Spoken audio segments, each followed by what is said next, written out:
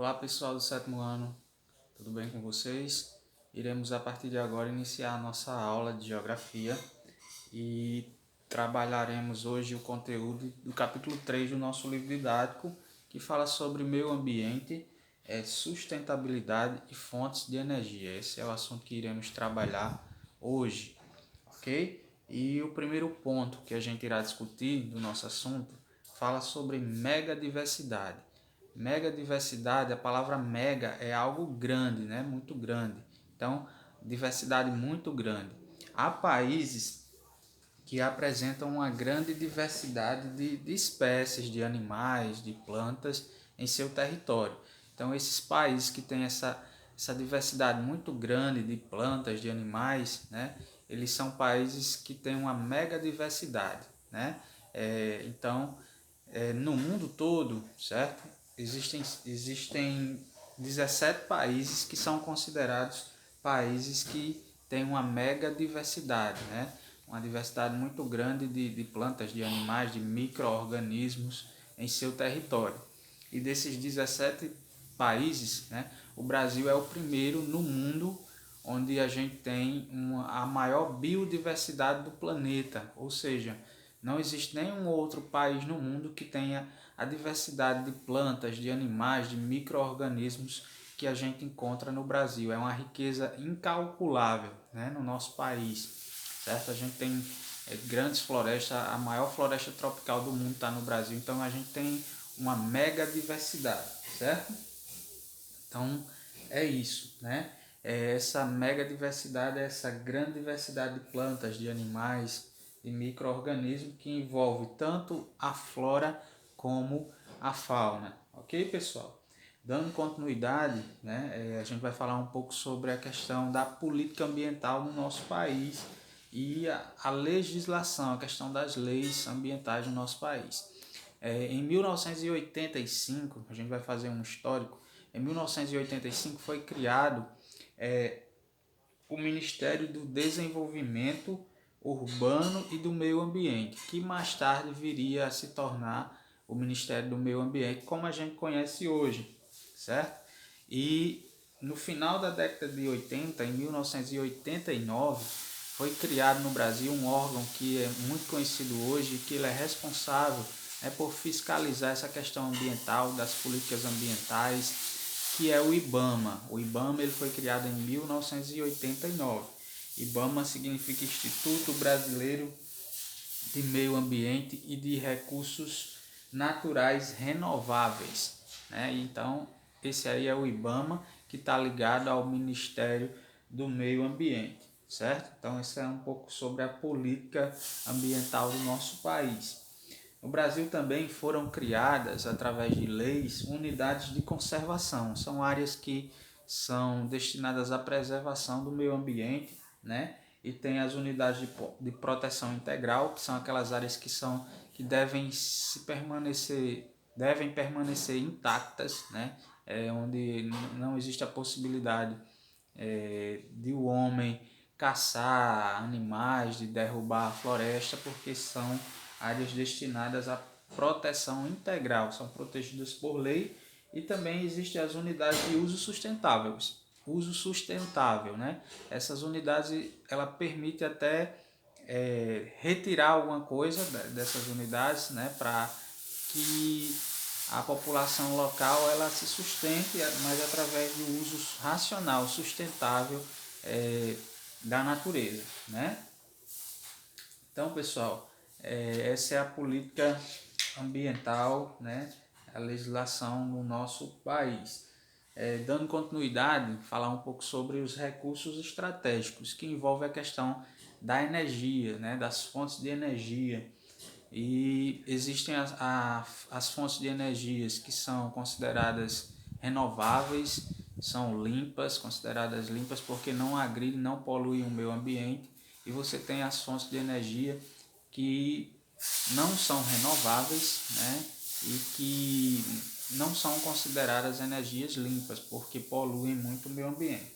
Vamos começar falando aqui no Brasil sobre a hidroeletricidade, né? Que é uma fonte de energia que vem, né? A energia ela vem da força das águas. As hidrelétricas, elas funcionam com a força das águas.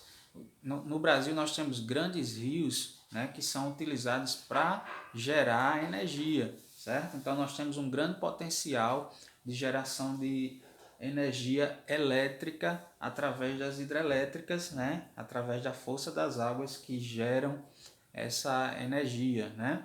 E a maior usina hidrelétrica do nosso país é a usina de Itaipu, certo? Ela não é 100% brasileira, ela é binacional. O que significa isso? Bi, ela pertence a dois países, ao Brasil e ao Paraguai. Então ela é binacional, é a maior usina hidrelétrica do Brasil e uma das maiores do mundo. Ela foi a maior do mundo por muitos anos, até que a China construiu uma hidrelétrica, né, maior do que essa e se tornou a maior, ok? E dando continuidade a essa questão das fontes de energia, primeiro ponto é as hidrelétricas, né, aliás, a hidrelétrica, né, é uma fonte de energia que é considerada limpa, né, e renovável. Se a gente cuidar bem da nossa água, tiver racionalidade, pode ser que a água não falte. Agora, se o homem não cuidar bem da água, né, não usar de uma forma racional, essa água pode faltar. Em alguns lugares do mundo já existe falta de água. E dando continuidade nessa questão dos recursos estratégicos de geração de energia, falar agora sobre os combustíveis fósseis que também fornecem energia, só que, como eu disse, são fontes de energias que agridem, que poluem muito o meio ambiente, como por exemplo o gás natural, que é um combustível fóssil retirado do interior do planeta, né? Temos também o carvão mineral, né, que é retirado do solo, do interior também do nosso planeta, e que agridem bastante o meio ambiente, essas fontes de energia, esses combustíveis fósseis, certo? Eles poluem, eles geram muita fumaça, muitos gases que são tóxicos e são prejudiciais. E por último nós temos o petróleo. O petróleo, que é considerado o ouro negro, né, no mundo, o petróleo no mundo ainda é a principal fonte de energia do mundo todo, né? Ele é bastante utilizado ainda.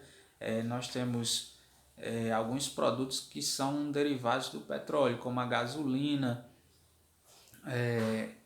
Que mais? Além da gasolina, nós temos outros produtos, né, que derivam, né, que são o petróleo é matéria-prima da gasolina, que mais desses asfaltos que são construídos, né, das estradas, tudo isso utiliza petróleo. Então, o petróleo ainda é a principal fonte de energia do mundo, né, e do Brasil, certo?